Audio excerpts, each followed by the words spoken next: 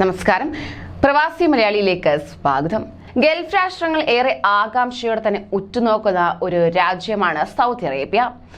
UAE, Qatar എന്നിവ വളർച്ചയുടെ പാതയിൽ മുന്നിട്ട് നിൽക്കുമ്പോൾ സൗദി അറേബ്യയും ഒട്ടും പിന്നിലല്ലാതെ കാര്യങ്ങൾ മുന്നോട്ട് കൊണ്ടുവരികയാണ്. അതെ, സൗദി അറേബ്യയുടെ നീക്കങ്ങൾ അതിശക്തമായി തന്നെ നടന്നു വരികയാണ്. ഇതിന് കാരണം മറ്റാരുമല്ല, വിഷൻ 2030 എന്ന കാഴ്ചപ്പാട് ലോകത്തിന് മുന്നിൽ വച്ചുകൊണ്ട് സൗദി അറേബ്യയുടെ പ്രധാനമന്ത്രിയായ ബിൻ സൽമാൻ ഏറെ അതിശയകരമായ മുന്നേറ്റം തന്നെയാണ് കാഴ്ചവെക്കുന്നത്. എന്നാൽ ബിൻ സൽമാനെതിരെ ഒരു വാർത്ത വന്നിരുന്നു. ബിൻ സൽമാനെ രക്ഷിച്ചിരിക്കുകയാണ് ഇപ്പോൾ അമേരിക്ക. മറ്റൊന്നുമല്ല, മാധ്യമപ്രവർത്തകൻ ജമാൽ ഖഷോഗിയുടെ കൊലപാതകത്തിൽ സൗദി കിരീടാവകാശി മുഹമ്മദ് ബിൻ സൽമാനെതിരെയുള്ള കേസ് തള്ളിയിരിക്കുകയാണ് അമേരിക്കൻ കോടതി. പ്രശസ്തമായ ഈ കേസാണ് അമേരിക്കൻ കോടതി ഒന്നടങ്കം തള്ളിയത്. മുഹമ്മദ് ബിൻ സൽമാന് വിദേശ രാഷ്ട്രത്തലവൻ എന്ന കവചമുണ്ട് എന്ന് US സർക്കാർ കോടതി അറിയിച്ചതോടെയാണ് കേസ് തള്ളുന്നത് എന്ന് ജസ്റ്റിസ് ജോൺ ഡി ബീറ്റ്സ് വ്യക്തമാക്കുകയുണ്ടായി. ഇക്കഴിഞ്ഞ സെപ്റ്റംബറിൽ സൗദി അറേബ്യയുടെ പ്രധാനമന്ത്രിയായി മുഹമ്മദ് ബിൻ സൽമാൻ ചുമതലയേറ്റിരുന്നു.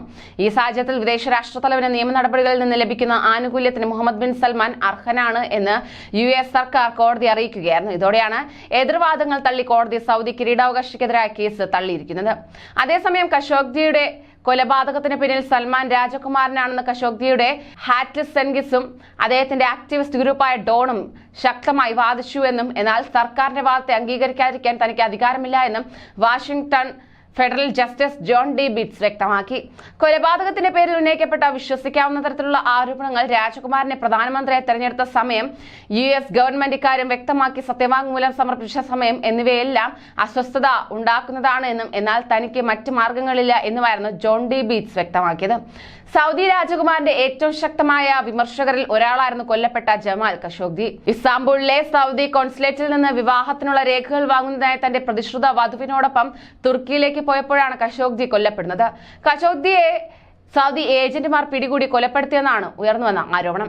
കൊലപാതകത്തിൽ സൗദി കോടതി 2020 8 പേർക്ക് 7 മുതൽ 20 വർഷം വരെ തടവ് വിധിച്ചിരുന്നു. ഇതിനു പിന്നാലെ അമേരിക്ക ഖഷോഗിക്കെതിരായ നീക്കത്തിന് മുഹമ്മദ് ബിൻ സൽമാൻ അംഗീകരിച്ചുവെന്ന രഹസ്യാന്വേഷണ റിപ്പോർട്ട് പുറത്തുവിട്ടിരുന്നു. എന്നാൽ സൗദി അധികൃതർ ഇത് നിഷേധിക്കുകയായിരുന്നു. ഇതിനു പിന്നാലെ അമേരിക്കയും സൗദി അറേബ്യയും തമ്മിലുള്ള ബന്ധത്തിലും വിള്ളൽ വീണു. എന്നാൽ മിഡിൽ ഈസ്റ്റ് രാജ്യങ്ങളുമായുള്ള ബന്ധം, ഇറാനിൽ നിന്നുള്ള ഭീഷണി, എണ്ണ വിപണിയിലെ സൗദി അറേബ്യയുടെ അധികാരം എന്നിവ കണക്കിലെടുത്ത American president Joe Biden Saudi സന്ദർശിച്ചിരുന്നു. ഖഷോഗി കേസിലെ അമേരിക്കൻ സമ്മർദ്ദം മരവിപ്പിക്കുന്നു എന്ന സൂചന നൽകുന്നതായിരുന്നു ഈ സന്ദർശനം. ജമാൽ ഖഷോഗ്ജിയുടെ കൊലപാതക സൗദിക്കെതിരെ രാജ്യാന്തര തലത്തിൽ തന്നെ കടുത്ത പ്രതിഷേധമാണ് ഉയർന്നിരുന്നത്. എന്നാൽ ഇതെല്ലാം തള്ളിമാറ്റിക്കൊണ്ടാണ് അമേരിക്കൻ കോടതി മുഹമ്മദ് ബിൻ സൽമാനെതിരായുള്ള ഈ കേസ് എഴുതി തള്ളിയിരിക്കുന്നത്. കൂടുതൽ പ്രവാസി വാർത്തകൾക്ക് ഈ ചാനൽ സബ്സ്ക്രൈബ് ചെയ്യൂ.